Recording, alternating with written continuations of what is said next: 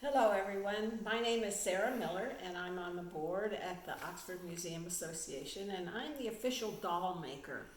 And we will later on this summer have a weekend where people can come and make them, but I'm going to demonstrate how I do it. Back in pioneer days, when children went to church with their parents, and they were required to, they often got very fidgety and fiddling around. So someone had the idea that they would make dolls that the kids could put in their pockets. So we call these pocket dolls. And that way, the children could behave and have something to do. The first thing you need to do if you want to make them at home is you need to have a square of fabric.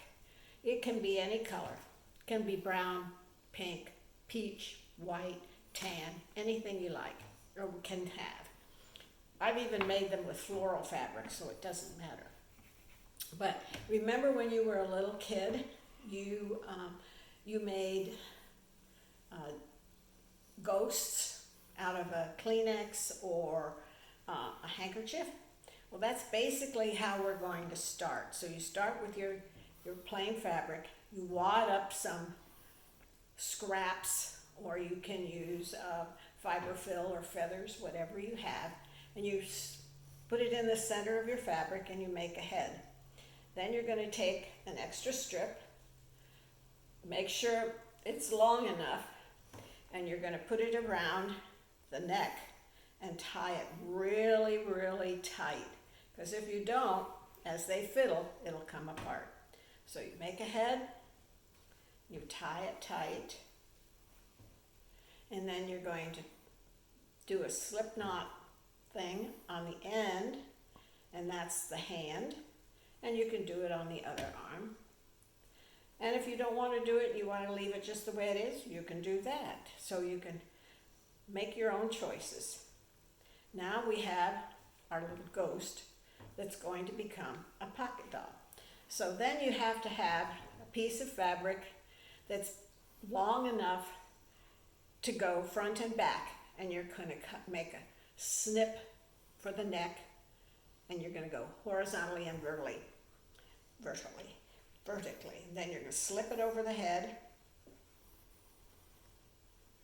and then you're going to pull the arms up and sort of pull it together and hold the arms up over her head, and then pull the apron or dress, whichever you want to call it, down so that it's even front and back. All right, now we have to hold it together. So what are we going to do? We're going to have to put a belt on there. And this is going to go up under the arms around where a waist would be, her waist would be. And you're going to pull that tight as well, because if you don't, it'll all come apart. And then you're going to have tears, and it's going to be a real problem. So put it around the middle, and we use scraps that people give us. And occasionally we hit a sale at Walmart or somebody that has fabric to try and find things that work. And you're going to tie it tight around her middle. And you're going to do a double knot, tie it, and then a knot. And that's going to hold it. Hopefully, she said, hopefully. Pull it tight, tie a knot. This is good for finger exercises too. Keeps your hands nimble. All right. And you pull that around the waist. And then you can adjust the apron or the dress the way you want it, front and back, so they're about even. Now one thing is missing. What's missing if you look at the one that's already made? Her headscarf. My father was Hungarian, and he called these babushkas.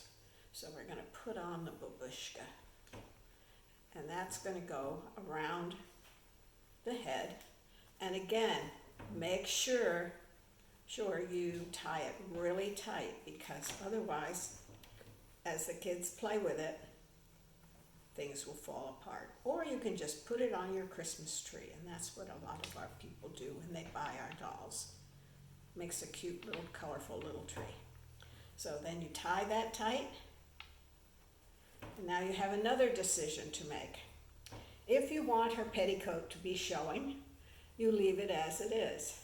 If you don't, you take your scissors and you trim it off, and all the scrap that you trim off can be used to fill another head. So we don't waste anything.